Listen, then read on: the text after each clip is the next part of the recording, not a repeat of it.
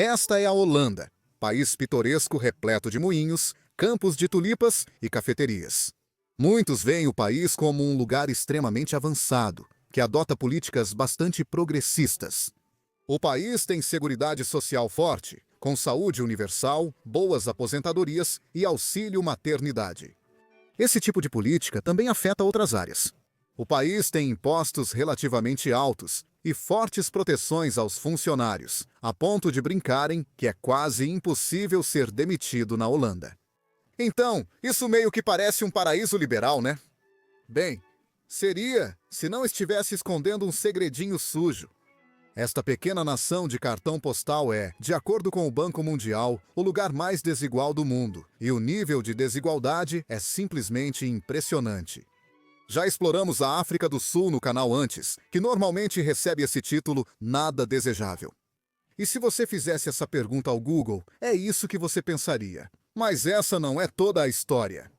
Em termos de desigualdade de riqueza, nos últimos anos, a África do Sul tem sido relativamente tranquila.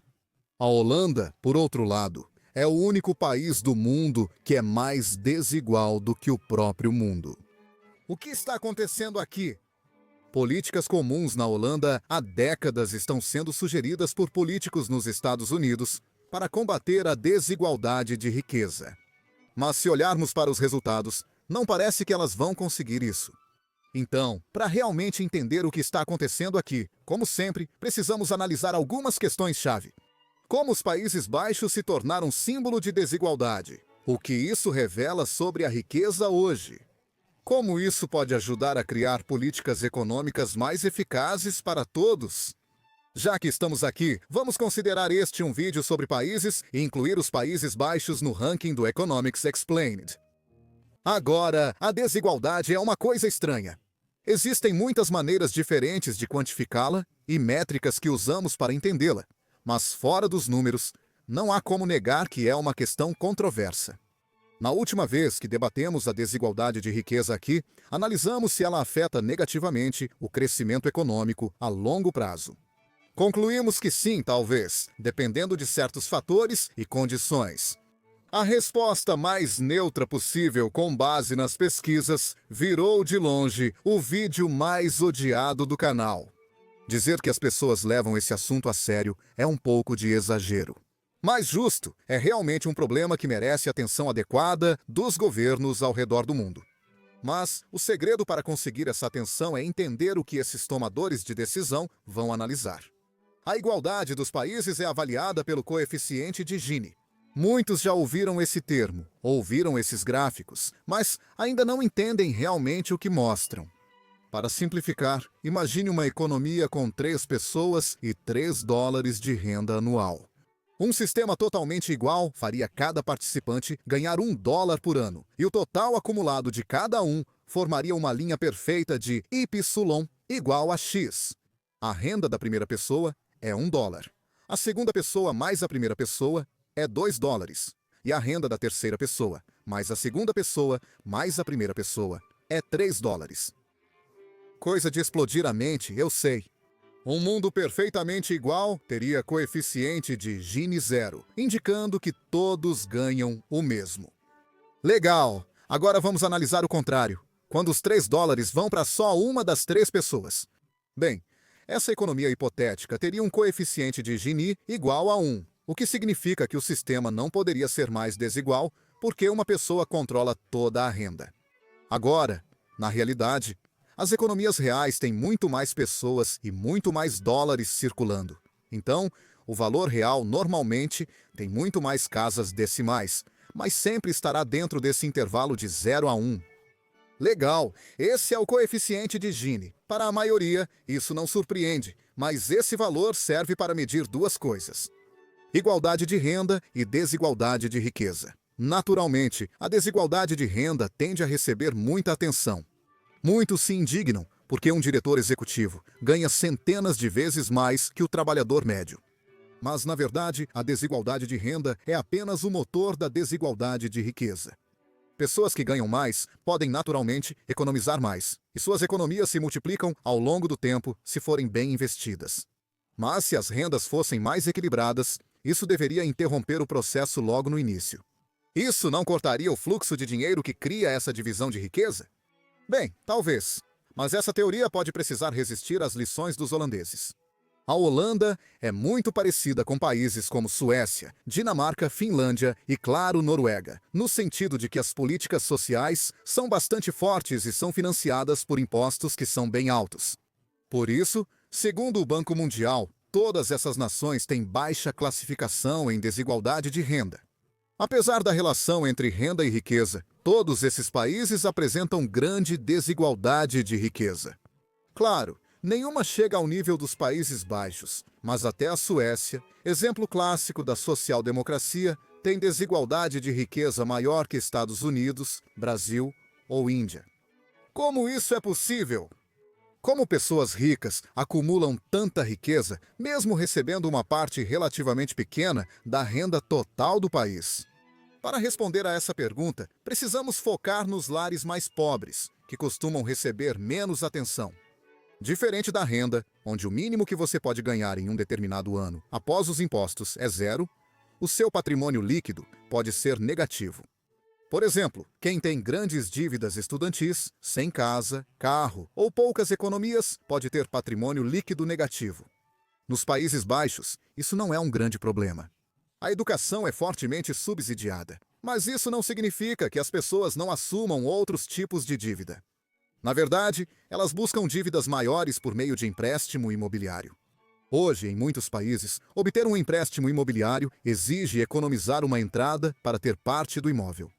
A maioria dos bancos ao redor do mundo gostaria que você desse pelo menos 20%, ou no mínimo 5% de entrada, para que você tenha participação no negócio e seja mais propenso a pagar essa hipoteca. Se você tem uma casa, mesmo com uma hipoteca alta, provavelmente tem patrimônio positivo, pois o imóvel vale mais que o empréstimo. Se não houver outras dívidas ou desvalorização do imóvel, você está no azul. Mas esse não é o caso na Holanda, onde os mutuários podem, e na verdade são incentivados, a pegar emprestado mais de 100% do valor de sua casa como hipoteca. A Garantia Nacional de Hipoteca é um programa governamental que assegura empréstimos para casas. Se o mutuário não pagar e o banco não recuperar o valor total ao retomar o imóvel, o governo cobre a diferença, tornando esses empréstimos quase sem risco. Isso é acelerado porque pagamentos de hipoteca na Holanda são dedutíveis do imposto de renda.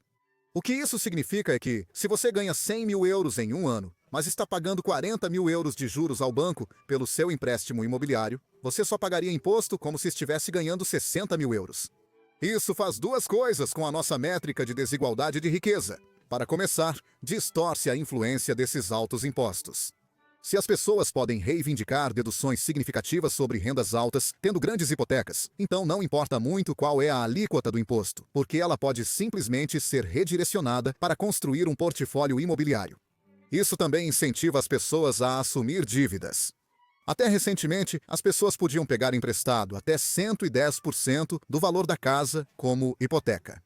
Se um casal jovem comprasse uma casa de 300 mil euros e pegasse mais 30 mil emprestados, poderia acabar com um patrimônio líquido negativo de 30 mil euros. Isso significa que uma boa parte da população está devendo mais do que o valor de suas casas. E isso é perfeitamente normal. Esse é um dos problemas do coeficiente de Gini como uma métrica simples. Os holandeses, mesmo aqueles que podem ter um patrimônio líquido negativo, vivem vidas muito confortáveis. E ainda assim, os números por si só sugeririam que isso é algum tipo de distopia tirânica, com uma população de camponeses lutando para sobreviver sob o olhar de uma classe de bilionários dominando tudo. Mas, é claro, isso simplesmente não é verdade. O crédito e o acesso a ele, para fins responsáveis, podem, na verdade, ser um dos maiores determinantes da mobilidade social em uma economia, mas, ao mesmo tempo, podem ser algo que acelera os índices de desigualdade de riqueza, além do controle das intervenções governamentais comuns, como vemos aqui. Donald Trump brincou que um morador de rua era 900 milhões de dólares mais rico que ele, pois na época estava endividado. Mesmo assim, seu estilo de vida era claramente melhor que o do morador de rua, e nenhum economista o chamaria de o mais pobre da América. embora eu saiba que os comentários vão dizer isso e já me arrependo do exemplo. O que importa é que patrimônio líquido negativo não quer dizer ser pobre, mas faz os números parecerem isso. Legal? Isso resolve o enigma da desigualdade holandesa? Não. É um fator que contribui, mas não é toda a história. Na verdade, essa extrema desigualdade de riqueza pode ser, na verdade, o resultado de um capitalismo amadurecido. Os Países Baixos foram a primeira nação na história que os economistas puderam realmente apontar e dizer: isto é o capitalismo como conhecemos hoje em dia. E sim, existiram sistemas de comércio que remontam a milhares de anos ao longo da história humana. Mas a maioria dessas sociedades ainda tinha o potencial produtivo decidido pelos governantes, e não pelos consumidores. No vídeo sobre a Companhia Holandesa das Índias Orientais, mostramos que os Países Baixos criaram mercados de ações, sociedades de responsabilidade limitada e ativos especulativos no século XVII. Além disso, os Países Baixos não passaram por grandes mudanças nesse sistema nos últimos 400 anos.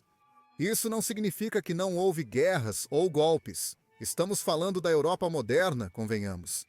Mas é mais no sentido de que se você fosse rico no país, poderia continuar passando esse dinheiro de geração em geração, sem o mesmo medo de que ele fosse guilhotinado em algum ramo da árvore genealógica. É por isso que o dinheiro na Holanda é dinheiro antigo. As pessoas que são ricas, para ser sincero, nem são tão ricas assim. Ainda assim, não se compara aos bilionários americanos, chineses ou russos.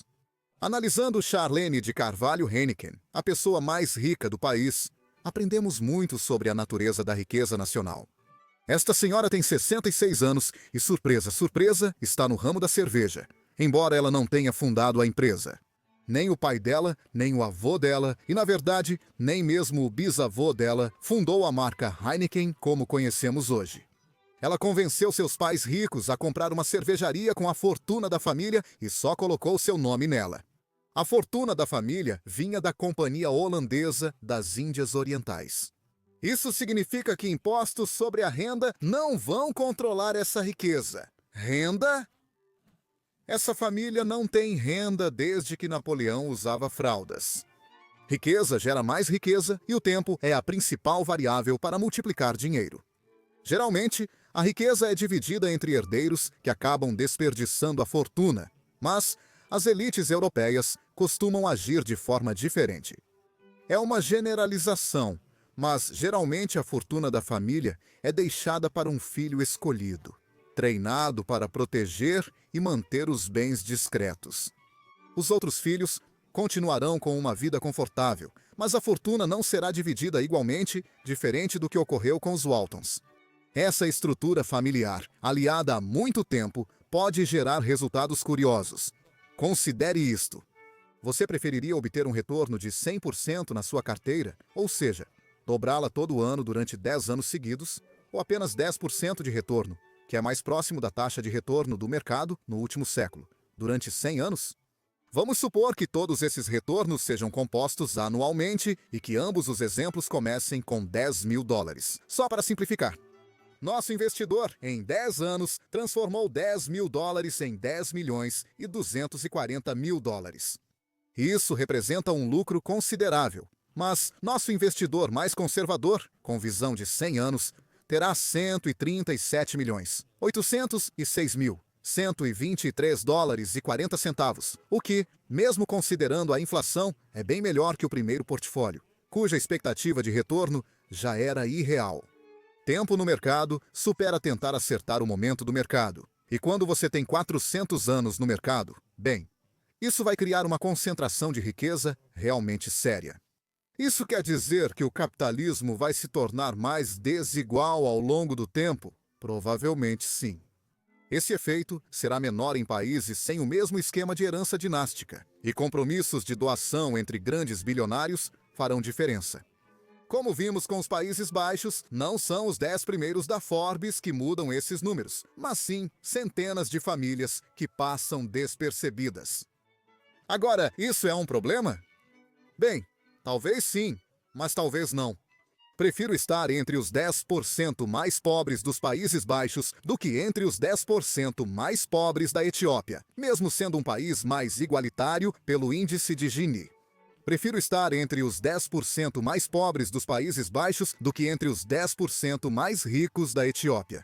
Mas isso mostra que a desigualdade nem sempre causa problemas. Desde que existam sistemas equitativos para garantir que todos realmente tenham a capacidade de ascender e que o conforto, a segurança e o bem-estar das pessoas comuns não sejam sacrificados em nome do lucro de poucos. Acho que de alguma forma consegui deixar todo mundo da esquerda e da direita irritado com essa frase.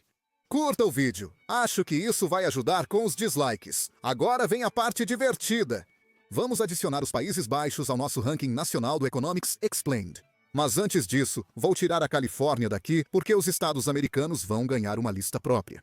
Além disso, nosso vídeo sobre o Texas teve um dos piores desempenhos do ano. Portanto, não recomende seu estado natal até que ele atinja 200 mil visualizações. Tenho que seguir a demanda do mercado aqui, ok? Deixando a autopiedade de lado. Os Países Baixos possuem uma economia avançada, com produto interno bruto de 914 bilhões de dólares. Ela recebe 7 de 10, um pouco abaixo do clube do trilhão de dólares. O produto interno bruto per capita é impressionante, ficando pouco abaixo de 60 mil dólares por pessoa em 2019. Além disso, a renda é distribuída de forma bastante equilibrada. Está entre os 15 países com maior igualdade de renda, tornando a desigualdade de riqueza ainda mais interessante.